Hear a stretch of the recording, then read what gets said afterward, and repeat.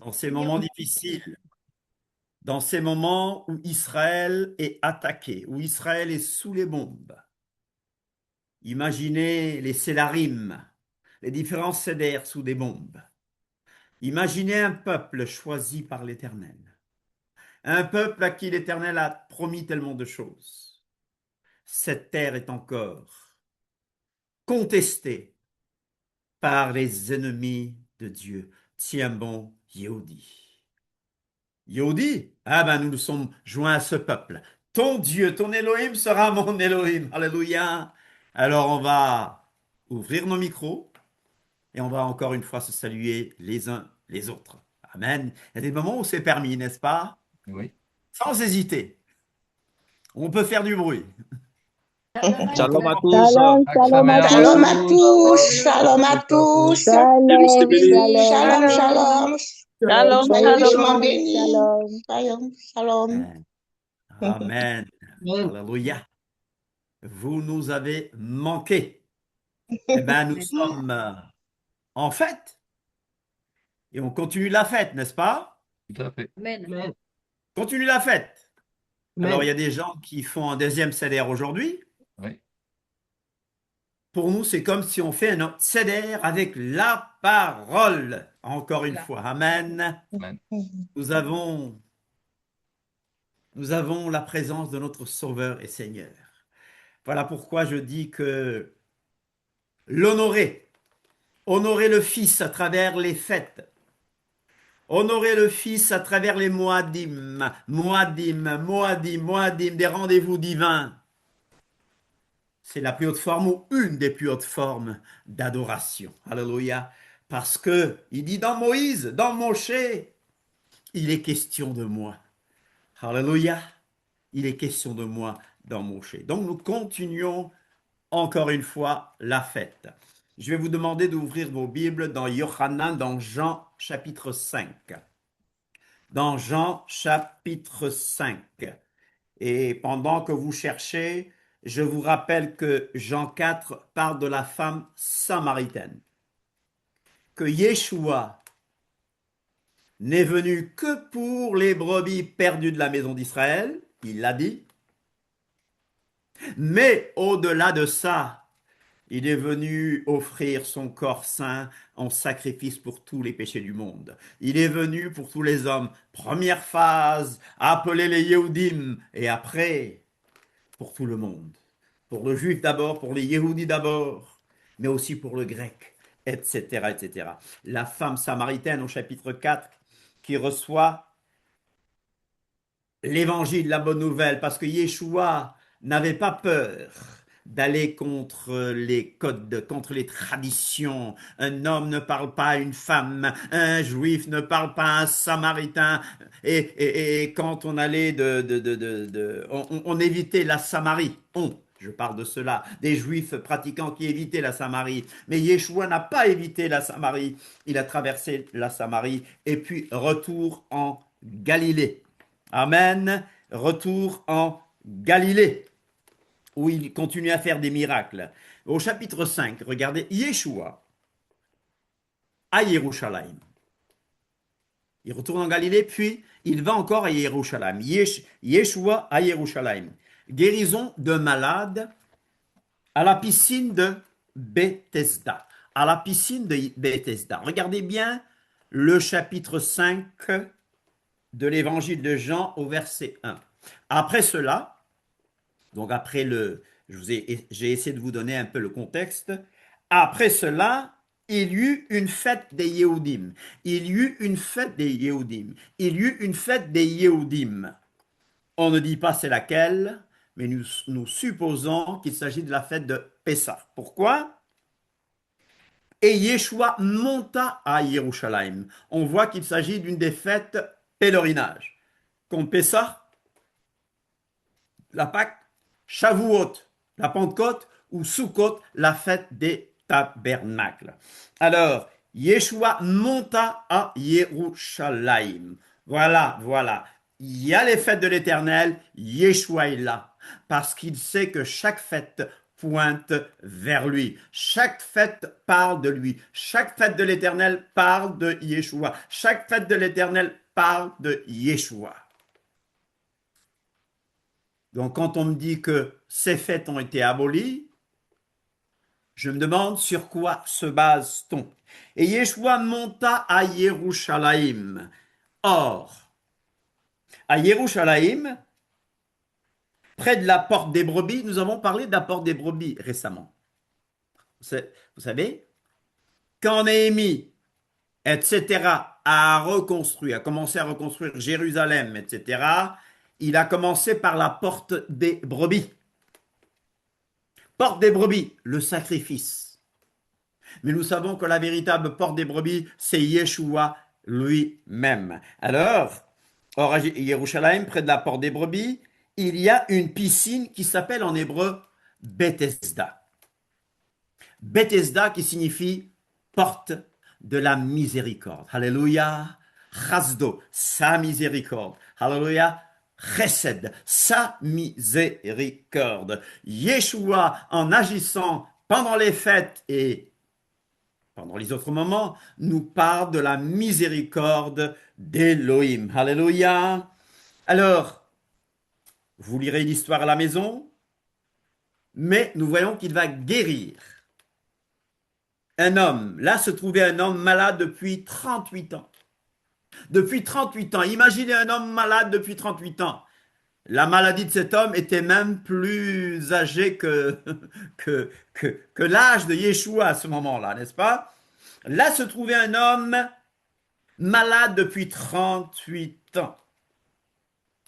Mais Yeshua, au verset 8, va lui dire, lève-toi, lui dit Yeshua, prends ton lit et marche. Aussitôt cet homme fut guéri, il prit son lit et marcha.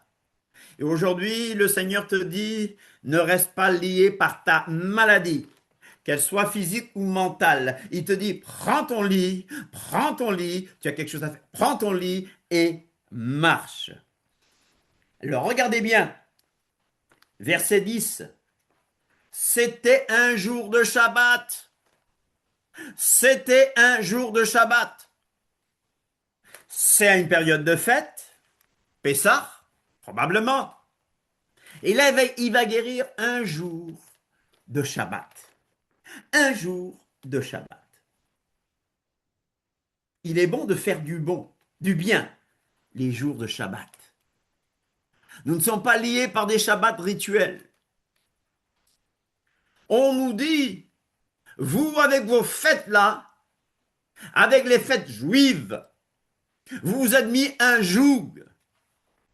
Mais je vous dis sincèrement que les traditions de la chrétienté sont beaucoup plus pesantes que les fêtes de l'Éternel. Oui, ça nous prend du temps pour préparer un seder. Ça fatigue nos femmes. Il faut se préparer.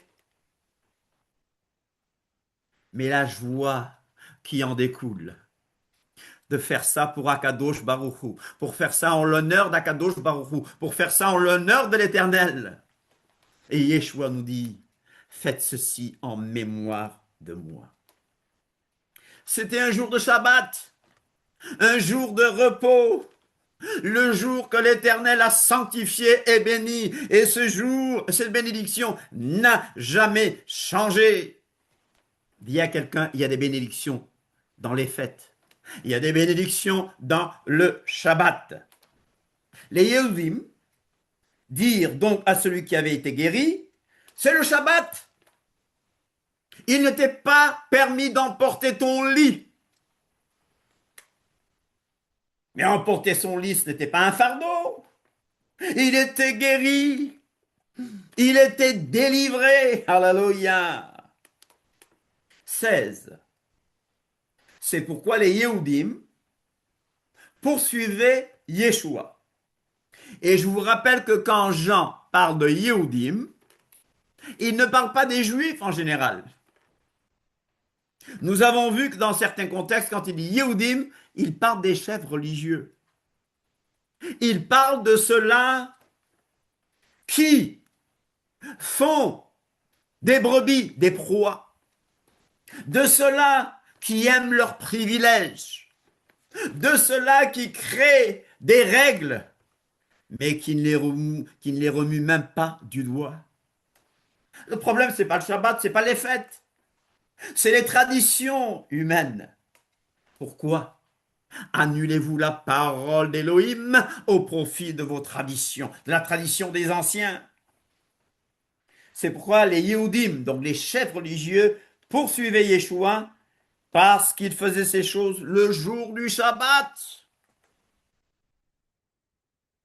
Alors ils vont l'accuser à partir du verset 17. Nous allons voir l'autorité de Yeshua à Mashiach.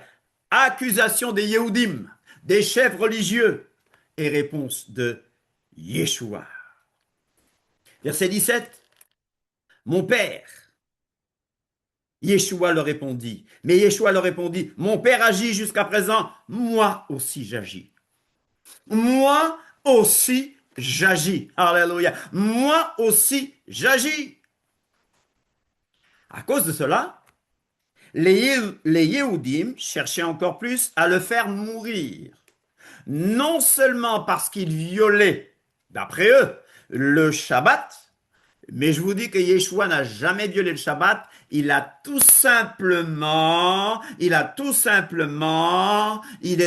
passé outre. Il n'a pas accordé une grande attention aux choses inventées par les hommes.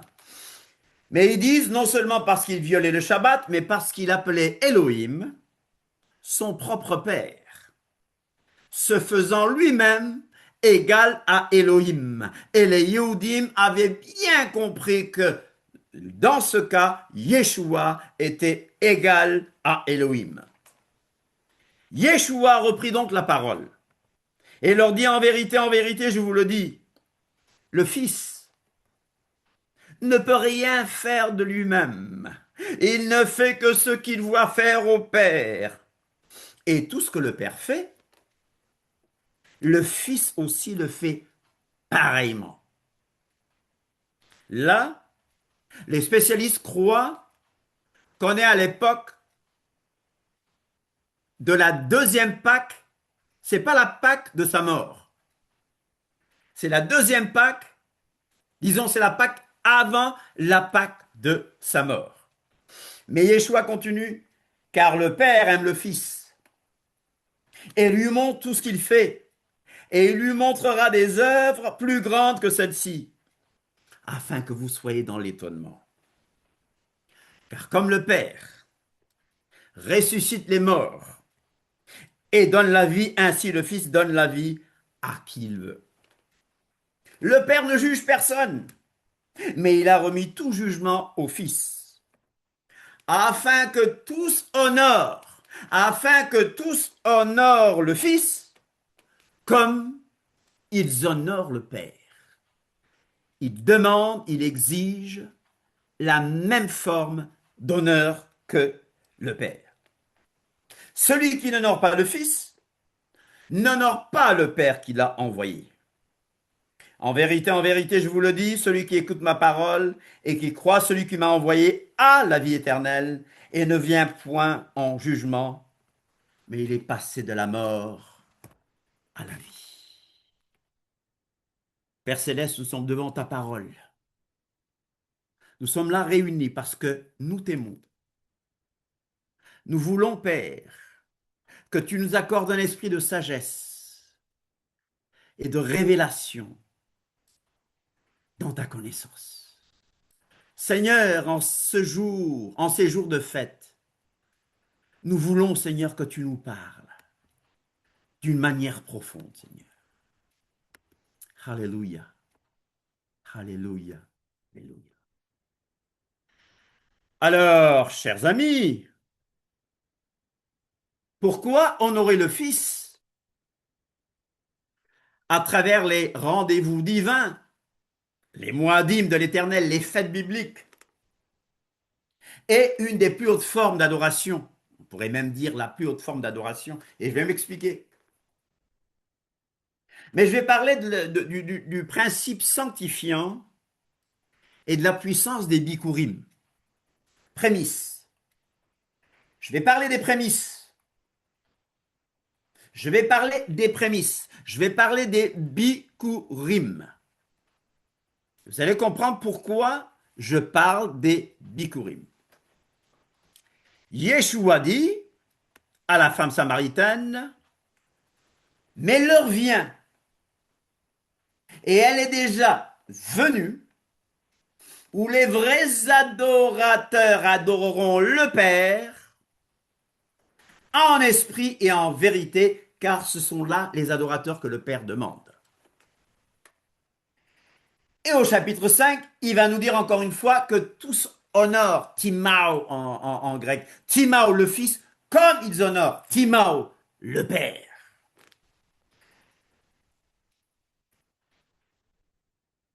Bikurim, prémisse. Proverbe 3.9 nous dit, honore l'Éternel avec tes biens et avec les prémices de tout ton revenu. En français plus simple, honorez l'Éternel par vos richesses, par les prémices de toutes vos récoltes. Je vous rappelle que dans la Torah, à Kadosh Baruch Hu, l'Éternel nous dit ceci. Il le disait aux Israélites, bien sûr, aux Israélites. Il dit, observe le mois des épis. Nous sommes dans le mois des épis. N'oubliez pas que nous nous sommes joints au peuple d'Israël en étant greffés. Nous ne remplaçons pas Israël, je le répète.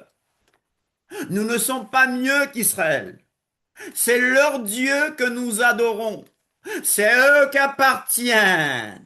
À qui appartiennent les Israélites? À qui appartiennent la Shekhinah, les Béritot, c'est-à-dire les alliances, la Torah, le culte, l'avoda, l'avoda, comment on dit encore, le bon culte, avoda kodesh, c'est à eux que ça appartient.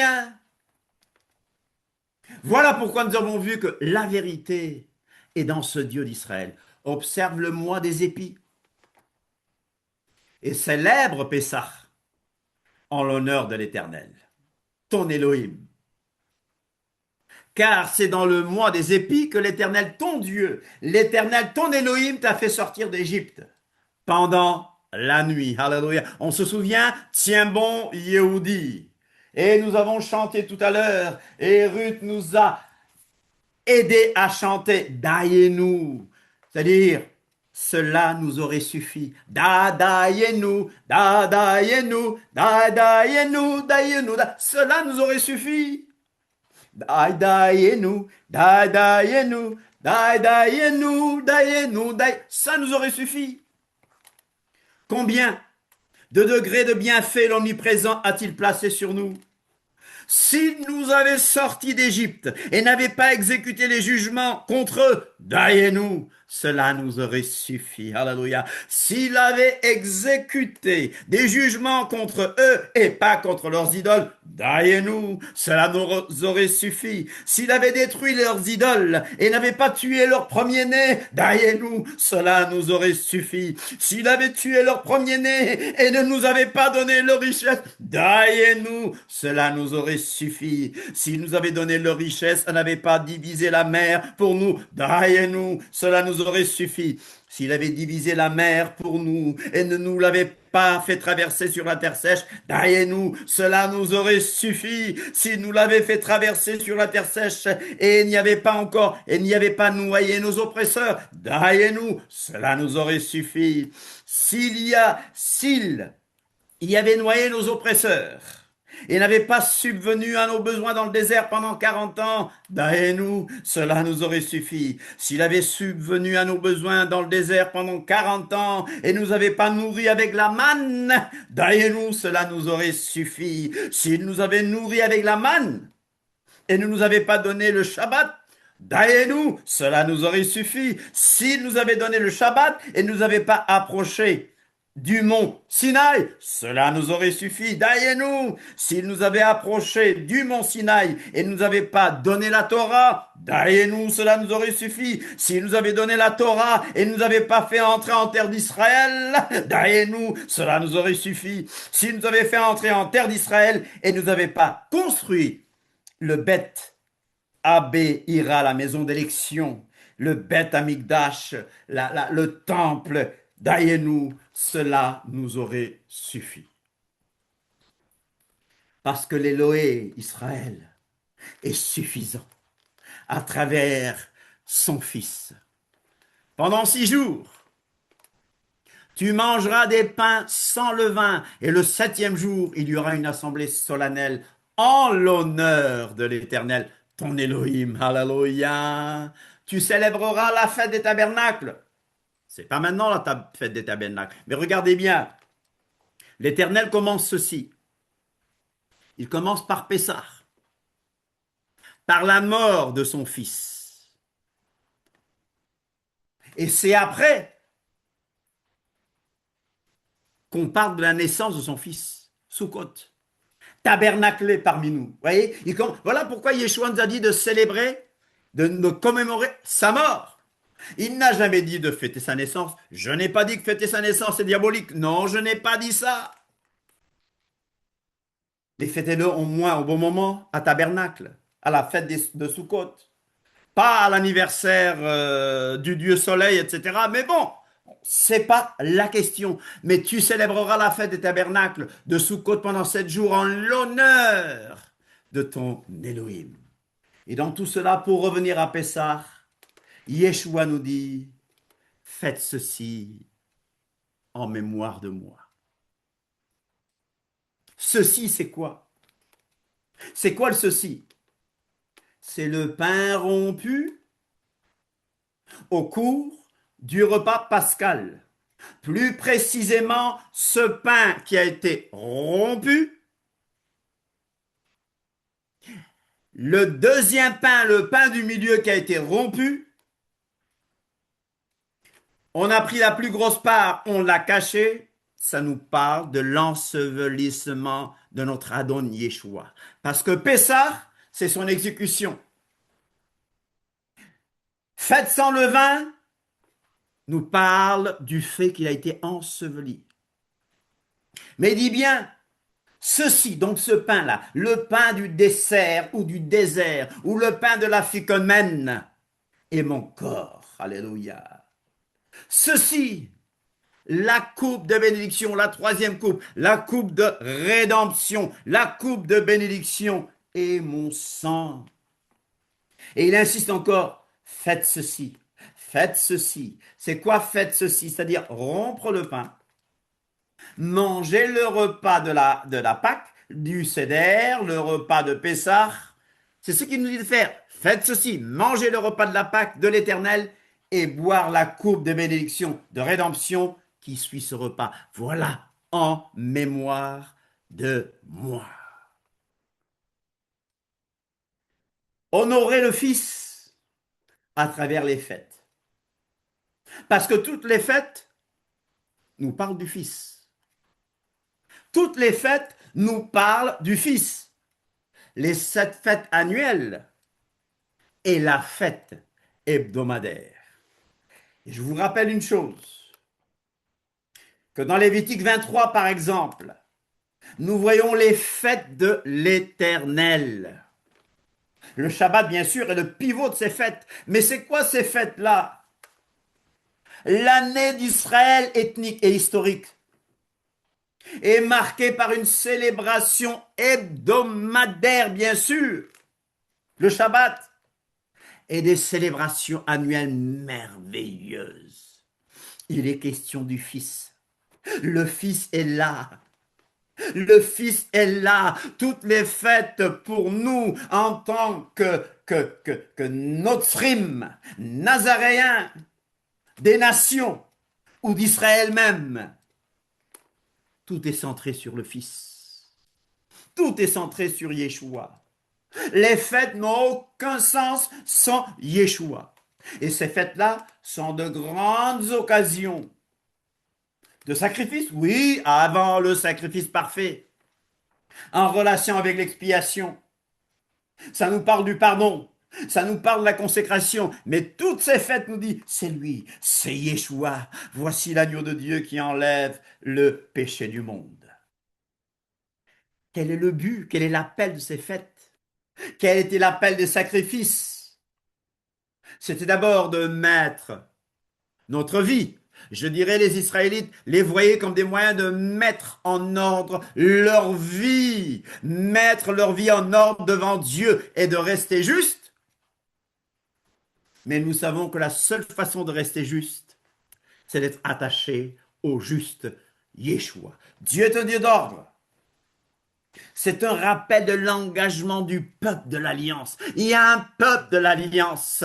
Et la première alliance a été faite avec ce peuple-là. La deuxième alliance, l'alliance renouvelée, a été faite avec un même peuple. Je demande aux gens, avec qui est-ce que Yeshua ou avec qui est-ce que Elohim a conclu l'alliance renouvelée ou la nouvelle alliance avec nous. Je dis, mais avec nous comment? Nous qui? L'Église? Non, c'est avec la maison d'Israël et la maison de Juda. Mais nous devenons, à travers ce greffage, ça se dit, ou la greffe, participants de cette alliance. Je rappelle que nulle part il n'est dit que ces fêtes ont été abolies. Nulle part dans les Saintes Écritures. Nulle part il est dit que c'est fait. Nulle part, nulle part, nulle part. On ne peut pas me dire que moi je fais tout d'après la Bible et ne peut même ne pas prouver par la Bible que les fêtes ont été abolies. Nulle part, il est dit, contrairement à ceux qui est mal interprété, contrairement à ceux qui ne comprennent pas les lettres de Paul et la lettre aux Hébreux. Des fêtes merveilleuses. Et ces fêtes, nous comprenons leur sens profond et spirituel quand ces fêtes sont centrées sur Yeshua HaMashiach. Ah, l'Éternel nous a parlé de Otot, des signes, des marques, des indications. Je me répète, là je sais, l'Éternel a dit il y a des signes pour marquer les moadim, les saisons, les époques, les temps fixés pour l'éternité. Si je vous pose la question, combien y a-t-il de fêtes de l'Éternel? Vous savez répondre. Mais l'Éternel lui-même a dit, voici quelles sont mes fêtes. Voici quelles sont mes fêtes, dit l'Éternel. Le Shabbat, Pessah, Matzot, Bikurim. Je vais insister aujourd'hui sur 3 fêtes. Je vais insister sur 3 fêtes. Vous les connaissez parce que nous sommes en plein dedans. Ce sont des moadim. C'est quoi des moadim? Des fêtes, oui, des temps fixés, des rendez-vous pour l'éternité. Il y a la fête qu'on connaît, qui aujourd'hui c'est Shabbat, encore, vous savez? On est encore en Shabbat. Shabbat de la fête du premier jour des pains sans levain. Je rappelle que Pessah c'est le 14, mais que la Pâque, l'agneau pascal ou le repas de Pâques se mange le soir, en commençant le 15. Nous sommes encore le 15. Pessah, le 14. Hagamatzot, la fête des pains sans levain, du 15 au 21 du mois. Et Bikurim, Bikurim, c'est un peu le thème d'aujourd'hui. Bikurim, prémisse. Le lendemain du Shabbat hebdomadaire, après Pessah. Le lendemain du Shabbat hebdomadaire après Pessah, ce sera le premier jour de la semaine. Après Pessah, c'est déjà le premier jour de la semaine. Et le lendemain, bon, les gens l'appellent le dimanche. Mais je rappelle une fois, le Shabbat est un jour béni et sanctifié par l'Éternel. Et ceci n'a jamais changé. Elohim a béni et sanctifié le Shabbat du 7e jour. Aujourd'hui, c'est un Shabbat de fête. Mais Elohim a sanctifié dans Genèse 2:3, Elohim a sanctifié et béni le Shabbat. Ça n'a jamais changé et ce que l'Éternel bénit reste béni à perpétuité. Ce que l'Éternel bénit reste béni à toujours. 1er Chronique 17, 27. L'Éternel a fait du septième jour, donc du Shabbat, un jour de rendez-vous avec lui. Voilà pourquoi Yeshua guérissait le jour du Shabbat, contrairement à la tradition, contrairement aux traditions des anciens. Et la Bible nous dit, dans ce qu'on appelle les 10 paroles ou 10 commandements, souviens-toi, pas oublie, mais souviens-toi du jour du Shabbat pour me le réserver, pour le sanctifier. L'Éternel l'a sanctifié, mais il nous demande aussi de sanctifier, de lui réserver ce jour. Ça n'a jamais été aboli. Et tout ça, ce n'est pas du légalisme. Ce n'est pas un lourd fardeau. Ces commandements ne sont pas pénibles. Ce n'est pas de la judaïsation dans le mauvais sens du terme. Car le Shabbat a été fait pour l'homme. Oh, l'Éternel bénit, sanctifie le Shabbat. Il nous dit sanctifiez-le aussi. C'est-à-dire réservez-le-moi. On le lui réserve parce que c'est pour notre bien. Alléluia. On le lui réserve parce que c'est pour notre bien. Le Shabbat a été fait pour nous. Pour notre bien physique, pour notre bien mental, pour notre bien spirituel. Alléluia. Ceux qui disent que le Shabbat a été aboli ne disent pas la vérité. Ceux qui s'y opposent sont sous l'esprit de l'Antéchrist, Daniel 7, 25, et devront rendre compte à Elohim.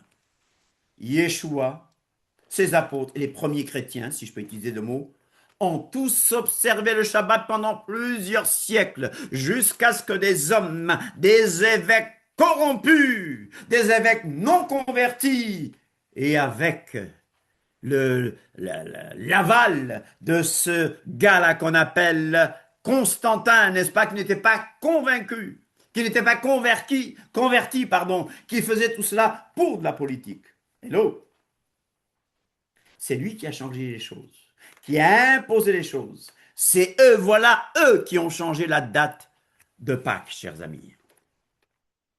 Hier, c'était le 14 du premier mois de Nissan, la Pâque de l'Éternel, avec la commémoration de la sortie d'Égypte et anniversaire de l'exécution de la crucifixion de l'agneau d'Élohim. Ce jeudi, aujourd'hui jeudi, certains l'appellent jeudi saint,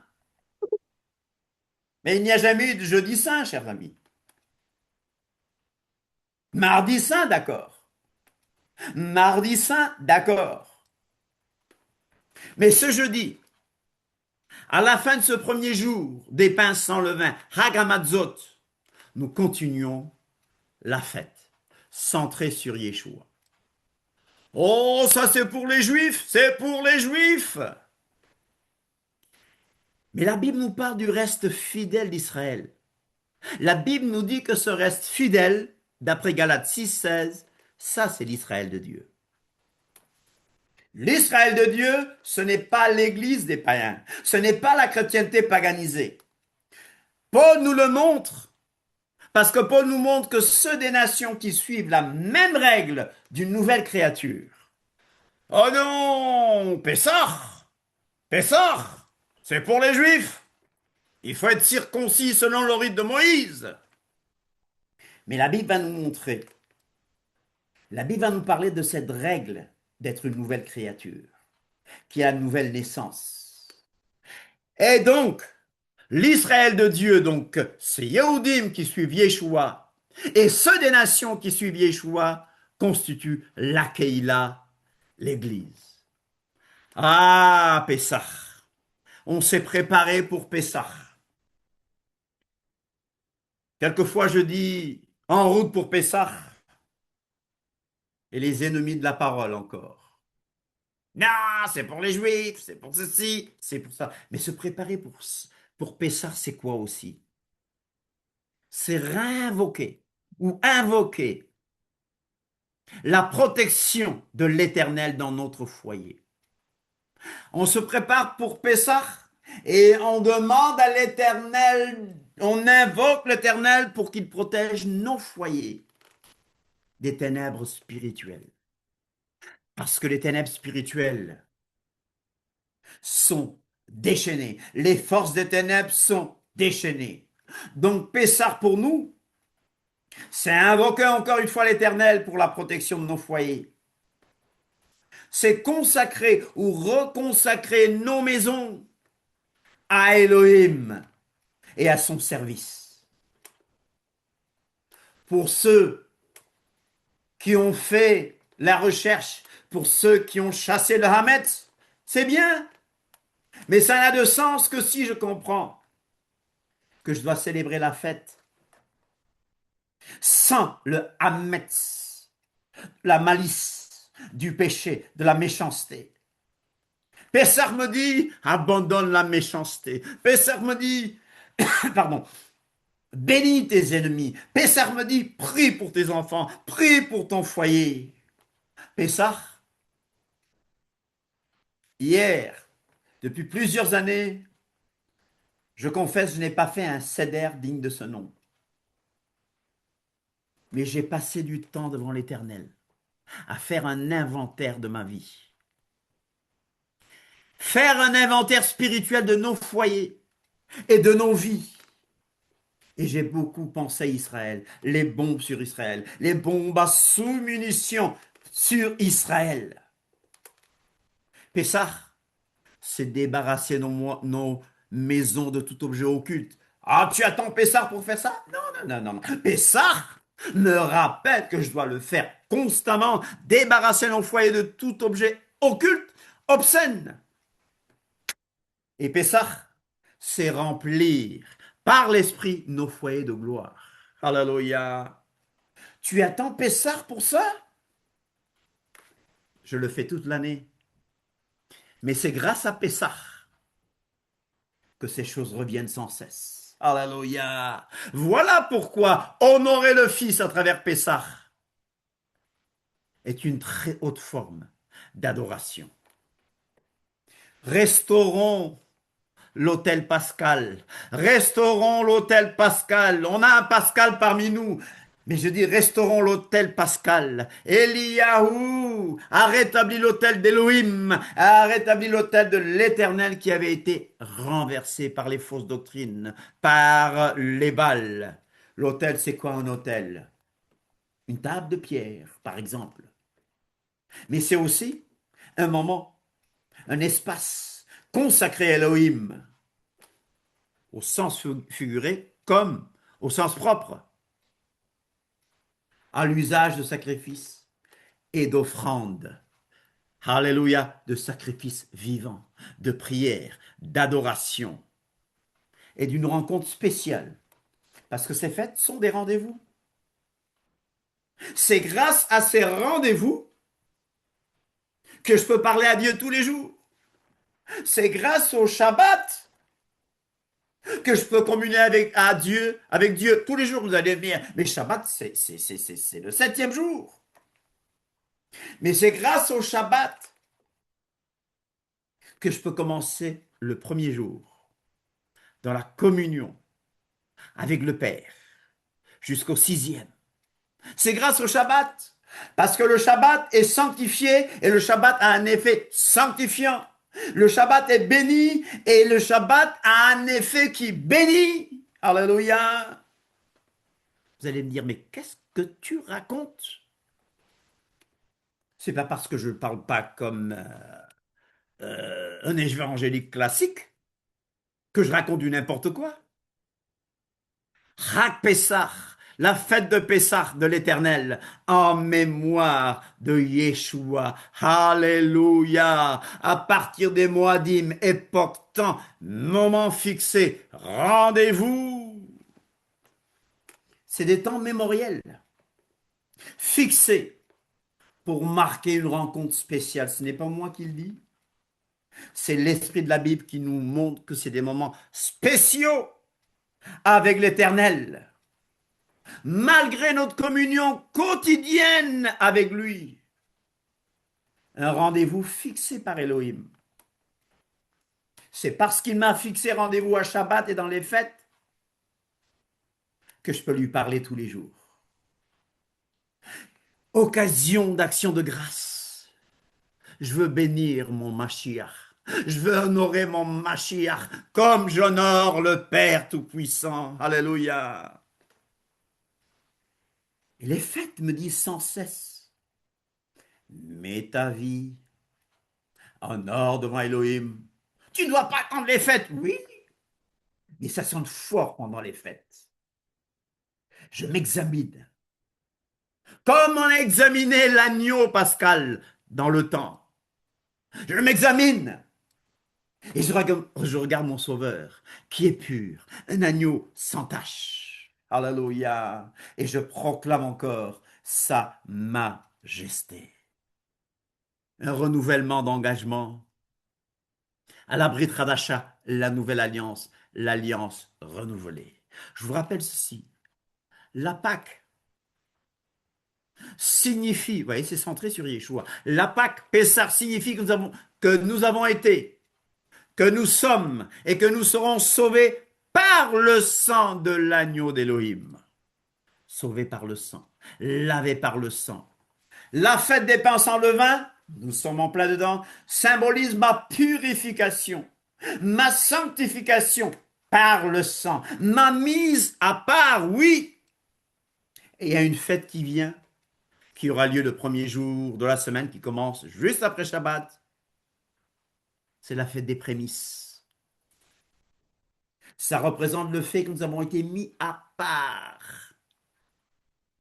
Ça me rappelle la marche pratique. Et ça me rappelle, parce que c'est la fête de la résurrection, ça me garantit, ça me rappelle la garantie de ma résurrection. Parce qu'il vit, je n'ai rien à craindre. Parce qu'il vit, je vis. Alléluia. Mardi, vous étiez là avec nous. C'est le jour où Yeshua a pris sa Pâque avec ses disciples. Et ce jour-là, il va instituer les signes de la Brit Hadasha, de la nouvelle alliance. Alléluia, alléluia. Cette nuit, il a été trahi. Et nous voyons ce qui s'est passé. Nous voyons son procès. Et le mercredi donc, le mercredi 14 Nissan de l'an 30. Je dis 14 Nissan et je mets l'an 30. Vous allez me dire, mais l'an 30, c'est grégorien ça. C'est pour vous donner un meilleur repère. Yeshua meurt vers 15 heures.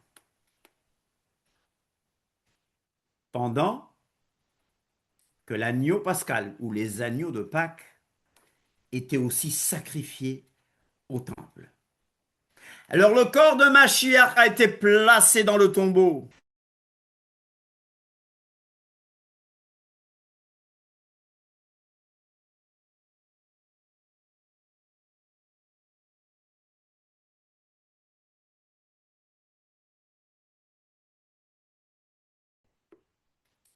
Et le vendredi suivant,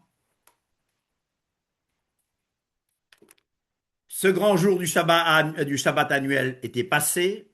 Les femmes achetèrent et préparèrent les aromates pour embaumer le corps de Yeshua avant de se reposer le jour du Shabbat hebdomadaire, qui commence, vous le savez, au coucher du soleil. Le samedi, les femmes se reposèrent. Le jour du Shabbat hebdomadaire, prescrit par le 4e commandement, par exemple, vous voyez? Et après le Shabbat, Yeshua se relève d'entre les morts. Ô mort, où est ta victoire? Ô mort, où est ton aiguillon? Alléluia. Il se lève. C'est un jour très spécial. Bikurim. Prémisse. Prémisse. Alors le matin, à l'aube, les femmes apportèrent les aromates le matin pendant qu'il faisait encore jour. Et, miracle, il n'est plus dans le tombeau. Il est ressuscité. Nous avons passé un temps, nous avons parlé de maaser, de dîmes, de bikurim, prémices, de terouma, offrande, de tzedaka, de justice. Mais je vais insister sur les prémices. Alors il y aura un lieu que l'Éternel, votre Elohim, choisira pour y faire résider son nom. C'est là que vous présenterez vos prémices. Il y avait un lieu choisi, le tabernacle, le Mishkan, mais aussi le temple, Beth Amikdash, la maison de sainteté. Mais nous avons ici plus que le temple. Nous avons un autel. Alléluia. Nous avons un autel. Yeshua lui-même est supérieur. Est-ce que c'est l'autel qui sanctifie l'offrande ou l'offrande? Mais l'offrande de Yeshua. Yeshua est non seulement l'autel et l'offrande suprême. Par une seule offrande, il nous a emmenés à la perfection. Prémisse. Il est les prémices de ceux qui sont morts. On se souvient de Caïn. Caïn a offert des fruits et des légumes.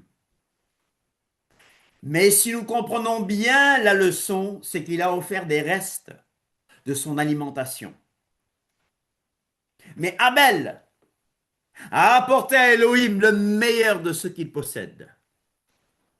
Le premier-né du troupeau. Yeshua est le réchit, la tête.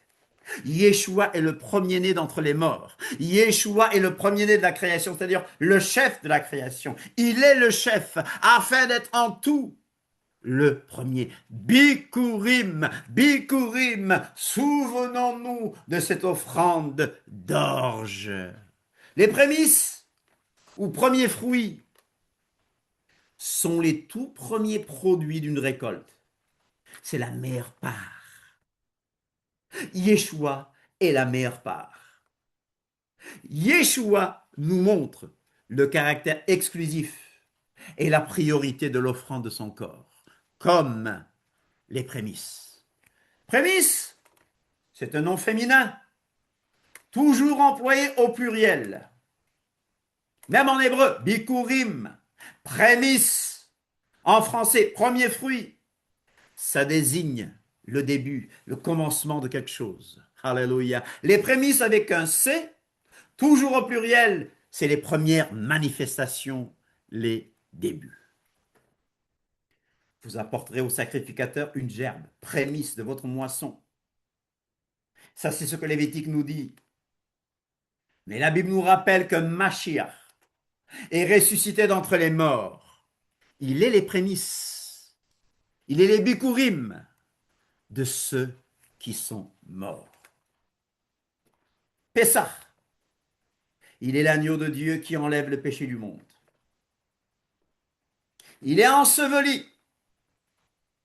Mais son ensevelissement me dit, marche dans la sainteté. Pain sans levain. Marche dans la consécration. Pain sans levain. Sauvé par le sang. Sanctifié par le sang de l'agneau. Alléluia. Il est les prémices de ceux qui sont morts. Il est les prémices de ceux qui sont endormis. Donc la résurrection correspond mieux au type prophétique biblique de Bikurim, la fête des prémices, comme jour de la résurrection. Résurrection juste après le Shabbat. Je vous rappelle que les prémices, les premiers fruits, les Bikurim, ont un pouvoir sanctifiant. C'est tellement puissant que grâce au sacrifice de Yeshua, je suis justifié, je suis sanctifié, j'ai la garantie de la vie éternelle. Donc les fêtes me disent, tu es lavé par son sang, tu es sanctifié par son sang, et grâce à sa vie, tu as la garantie de la résurrection. Car, d'abord, selon le principe des Bikurim, selon le principe biblique des Bikurim, Bikurim, prémisse, selon le principe des Bikurim, par exemple, le mari, en hébreu, Baal. Baal, c'est pas le dieu Baal, mais ça signifie mari. Le mari non croyant, grâce au principe des Bikurim, la Bible nous dit que le mari non croyant est Mekudash Beruach Akodesh, c'est-à-dire il est mis à part comme saint dans l'Esprit Saint. Oh, même le non croyant, je n'ai pas dit qu'il est sauvé, hein. Il est sanctifié. En grec, c'est hagestai. C'est pas moi qui le dis, c'est Paul qui le dit. Sanctification, dans ce sens, ne signifie pas être sauvé. Il est sanctifié par l'Isha, la femme. Et l'Isha, qui est apikoros, la femme non croyante, est sanctifiée, grec, hagestai, par le frère.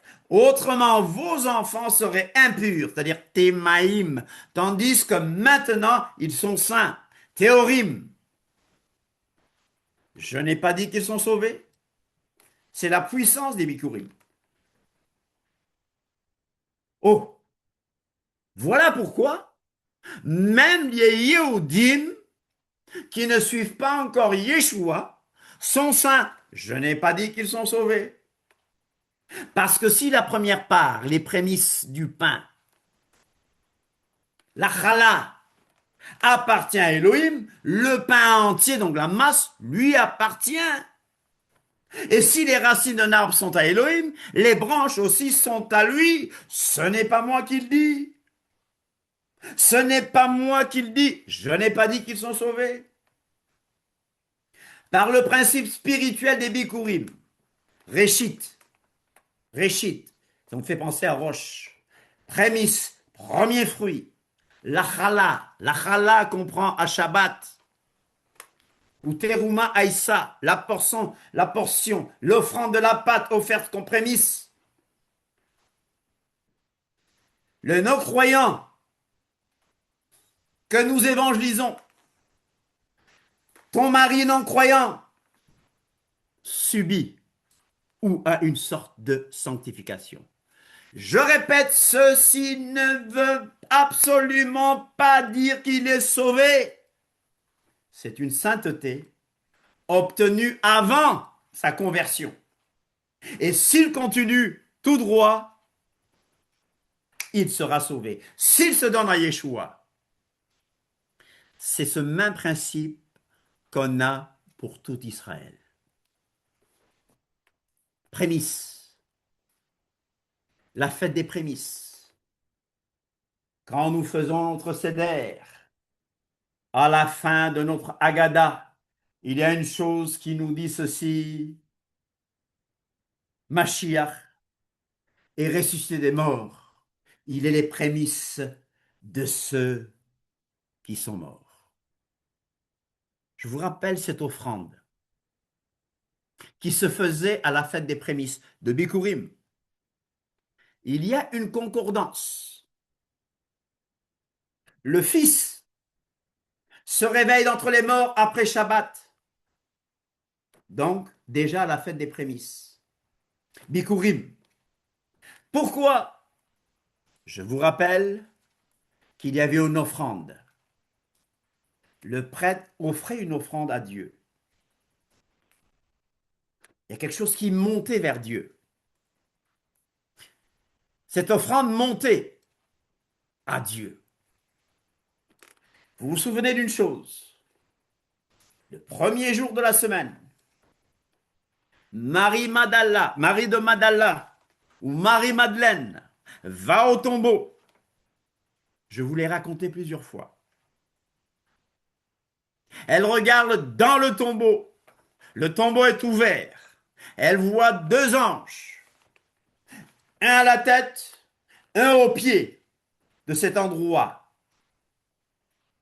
où le fils d'Élohim avait été enseveli. Vous connaissez l'affaire du linge bien placé. Elle regarde. Elle voit des anges. Alors on a conclu que les anges qu'elle regardait vont tourner le visage vers quelqu'un, vers leur créateur, Yeshua. Et bien sûr, elle va se dire, mais tu es qui toi? Le jardinier ou quoi? Elle va le reconnaître. Ne me touche pas, parce que je ne suis pas encore monté vers mon Père. Il y a quelque chose qui s'est passé à la fête de Bikurim. Ce n'était pas son ascension physique, mais il y a eu une rencontre spéciale dans les lieux célestes entre le Fils et le Père. Pendant que les prêtres faisaient monter cette offrande d'orge, Yeshua avait monté aussi, en esprit. C'était pas encore l'ascension. Et il a plu au Père. Son sacrifice a été accepté. Alléluia. Voilà pourquoi quand on a demandé un signe du ciel demandé par les pharisiens, les sadducéens, les pérouchim et les tsédoukim, les sadducéens, abordèrent Yeshua pour l'éprouver et leur dit, et lui demandèrent de leur faire un signe venant du ciel. Mais il ne lui sera donné d'autre signe, d'autre miracle que celui de Jonas. 3 jours et 3 nuits dans le tombeau. On n'est pas sauvé par les jours. Mais si tu me dis que Yeshua a été exécuté le vendredi, ça ne fait pas 3 jours et 3 nuits. Revenons donc à notre mercredi. Il a été exécuté un mercredi. 3 jours et 3 nuits dans le tombeau. Yeshua est ressuscité. Amen. À Bikurim, nous mettons l'accent sur cela. Pâques exécuté à Pâques. La fête des Bikurim, c'est la fête des prémices. Souvenez-vous que nous avons répété plusieurs fois, Mashiach, notre Korban Pessah a été immolé. Immolé à Pessah. Passover, passage, Pâques. Il est ressuscité 3 jours plus tard à Yom Bikurim, prémisse, premier fruit. Donc cette année-là, l'année du sacrifice de notre Adon, la fête des Bikurim tombait exactement 3 jours et 3 nuits. Donc, Pâques ou prémisse? Il est ressuscité quand? À Pâques ou aux prémices? Déjà, Pâques avec S, on ne trouve pas ça dans la Bible. Dans la Bible, c'est la Pâques sans S. Parce qu'il n'y a qu'une seule Pâques. Même si je vous ai dit que l'année de Yeshua, il y a eu 2 Pâques, ça veut dire qu'il y a eu 2 célébrations pascales. Le Sanhédrin, le tribunal politico-israélite, avait permis 2 célébrations pascales. Comme beaucoup de gens font un seder ce soir. Il y a beaucoup de gens qui font un autre seder ce soir. Mashiach est notre Korban Pessah. Alléluia.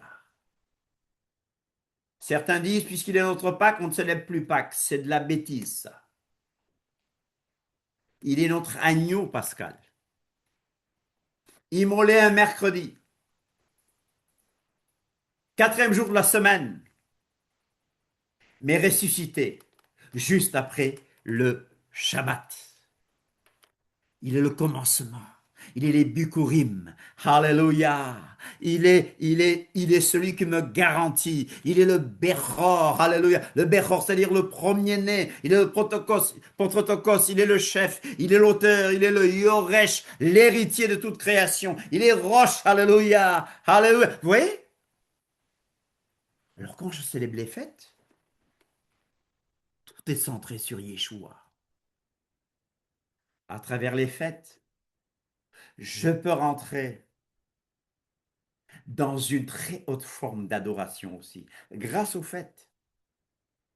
Parce que les fêtes sanctifient. D'ailleurs, les fêtes de l'Éternel, d'après la coutume, commence par le kiddush.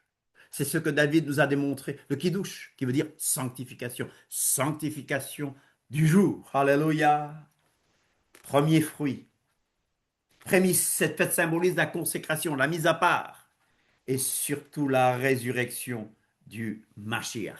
Mais maintenant, Mashiach, le Messie, est ressuscité d'entre les morts. Il est les prémices de ceux qui sont morts. Lequel, Yeshua donc, a été livré pour nos offenses et ressuscité pour notre justification. Alléluia, justifié pour notre ressuscité pour notre justification. Les fêtes sont prophétiques. De même mes frères, vous aussi vous avez été, par le corps de Mashiach, mis à mort en ce qui concerne le chok, c'est-à-dire le décret de mort de la Torah, parce que le salaire du péché c'est la mort. Le jour où tu mangeras de ce fruit, mot il y a un décret de mort. Donc, nous avons été mis à mort quant à ce décret, afin que vous apparteniez à un autre, à celui qui est ressuscité. Nous n'appartenons plus au décret de mort. On nous dit, vous êtes dégagés de la loi, nous sommes dégagés de la loi. La Bible, quand c'est traduit en français, dégagé de la loi, ça signifie être dégagé du décret de la Torah qui fait que quiconque a péché est passible de mort. Mais nous avons été dégagés de cela parce que nous avons tous péché, mais nous sommes gratuitement justifiés par le moyen de la rédemption qui est en Yeshua HaMashiach. J'appartiens à un autre. Je n'appartiens plus à un décret de mort. Ô mort, ô mort, ô mort, où est ta puissance? La puissance de la mort, c'est le décret de la Torah qui dit que quiconque viole ces choses sera puni de mort. J'appartiens à celui qui est ressuscité des morts, afin que nous portions des fruits pour Elohim. Yeshua est ressuscité le troisième jour. Le sépulcre a été trouvé vide. Alors ces fêtes, c'est un fardeau pour moi? Je judaïse dans le mauvais sens du terme? C'est un fardeau pour moi? Vous trouvez que c'est un fardeau pour moi de parler de Yeshua? J'ai encore la force de prêcher. Hein? Je ne sais pas pendant combien de temps l'Éternel va me permettre de prêcher, mais j'ai encore la force de parler. Et j'en profite. J'ai encore la force de déclarer que Yeshua est le Fils de Dieu et qu'il est le seul qui nous mène au Père. Les fêtes, un prétexte encore pour pas, même les fêtes qui ne sont pas fêtes de l'Éternel, comme Purim, comme la fête que j'aime bien, là, Hanouka, celui que le Père a sanctifié, celui que le Père a Hanouké, alléluia, le Père l'a sanctifié, le Père l'a mis à part. Et moi aujourd'hui, je suis sanctifié grâce à lui, sauvé par son sang. Voilà pourquoi nous avons mis l'accent sur son sacrifice. Ah, mais toute l'année, nous parlerons de son sacrifice. Nous avons pris le temps de chanter la puissance de son sang, la puissance de son sacrifice. Voilà pourquoi j'ai l'énergie pour chanter toute l'année. J'ai parlé de la sanctification, de la fête des pains sans levain. Voilà pourquoi toute l'année, je demeure en disant, je suis saint, parce que Dieu lui-même est saint. J'ai été sanctifié grâce à la fête des pains sans levain, avec le sens que Yeshua lui donne. Je dis, je suis saint parce que la Bible m'appelle saint. La Bible ne m'appelle pas pécheur. Bikurim me parle de consécration. Et Bikurim me dit que ce corps mortel, un jour va revêtir l'immortalité. Insultez-moi, Critiquez-moi, mais vous n'oserez pas dire que les fêtes que nous faisons ne sont pas centrées sur Yeshua HaMashiach. Vous ne pouvez pas le dire. Et nulle personne, ceux qui disent que les fêtes ont été abolies, il n'y a aucune de ces personnes-là qui aime plus Yeshua que nous, qui adore Yeshua mieux que nous. Aucune de ces personnes. Ah, tu es prétentieux, toi, tu es prétentieux, toi. Je n'ai pas dit qu'il n'aime pas Dieu. Je n'ai pas dit qu'il n'aime. Non, non, non. C'est fait. C'est Yeshua. Ouais. Si c'est Yeshua, donc ne fais plus aucune fête. Non, t'as rien compris. Yeshua est le soleil de justice. Alors tu n'as plus besoin de soleil. Yeshua est le pain de vie. Alors ne mange plus du pain. Oui. Le mardi, c'était son repas de Pâques. Alors il y a cette théorie, oui, la Bible dit artos, artos, artos. La Bible n'a pas parlé de matzot ou de azumé. Artos ne signifie pas que c'est toujours du pain levé. Attention, ça ne signifie pas que c'est du pain levé, parce qu'il y a beaucoup de choses qu'on raconte n'importe comment. J'ai voulu tout simplement vous dire que j'aime mon Yeshua et que ces fêtes me poussent à l'aimer plus. À travers ces fêtes, je vous dis, chaque année, je l'aime plus. Ça, tu dois le faire tous les jours. Mais ces fêtes nous donnent quelque chose. Ces fêtes nous le font découvrir de mieux en mieux. Alléluia. Parce que toute la doctrine nazaréenne est portée par ces fêtes. Sauvée par son sang, lavée par son sang, sanctifiée par son sang, consacrée par son sang et ayant une garantie par son sang. Shavuot, le don permanent de son esprit, l'esprit du Fils. Et après, je vais à Rosh Hashanah, qui n'est pas Rosh Hashanah, mais Yom Teruah, et je prie et je crie, et nous soufflons du chauffard pour dire il revient bientôt, il revient bientôt, ne dormons pas, il revient bientôt. Après c'est Yom Kippour, pardon total en Yeshua. Pardon, le don gratuit d'Élohim, c'est la vie éternelle. Pardon total. Nous avons été totalement pardonnés. Tu es totalement pardonné, alors tu peux vite. Non, non, non, non, non, non, loin de là. Romains 5, Romains 6, continuerai-je à pécher avec la grâce abondante? Loin de là. Je n'ai plus rien à voir avec le péché. Les fêtes me disent, n'ai plus rien à voir. Il m'arrive de pécher de temps en temps, chers amis. Peut-être vous aussi, hein.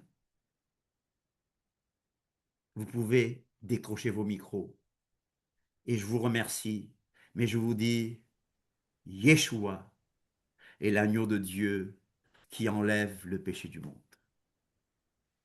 Je sais qu'un jour, mes yeux verront Yeshua. Si je marche jusqu'au bout, par la foi et malgré tout, je sais qu'un jour, mes yeux verront Yeshua.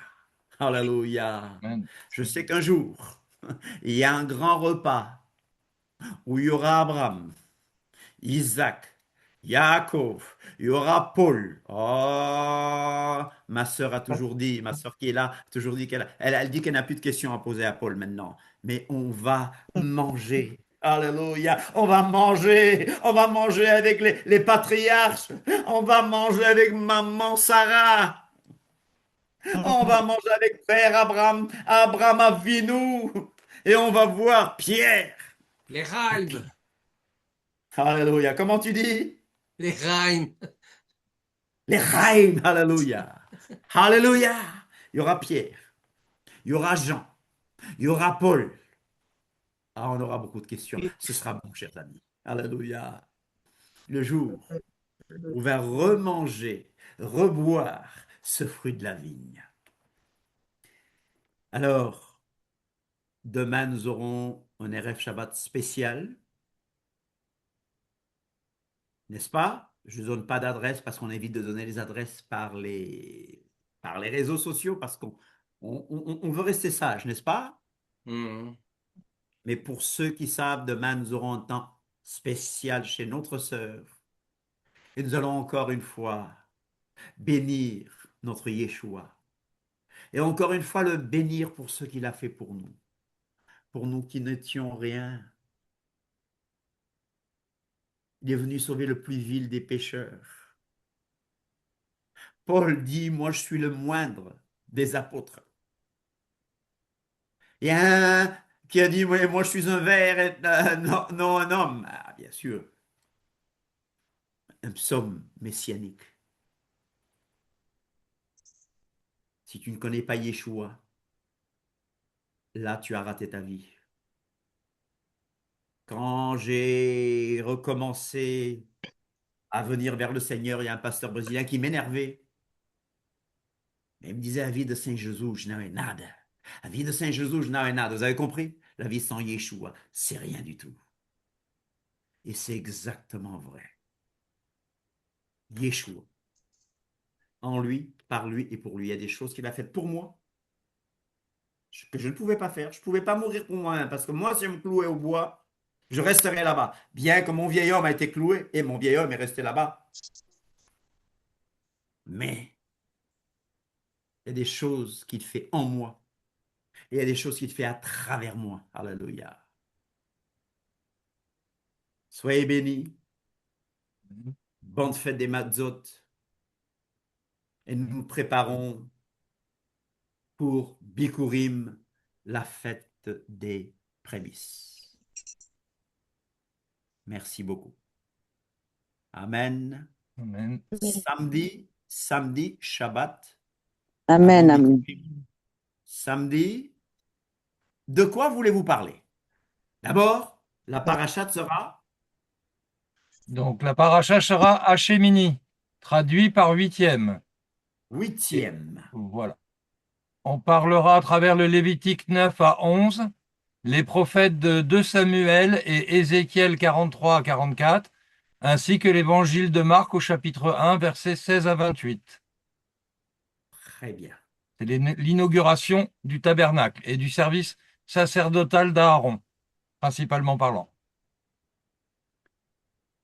Après la parachate, de quoi voulez-vous qu'on parle?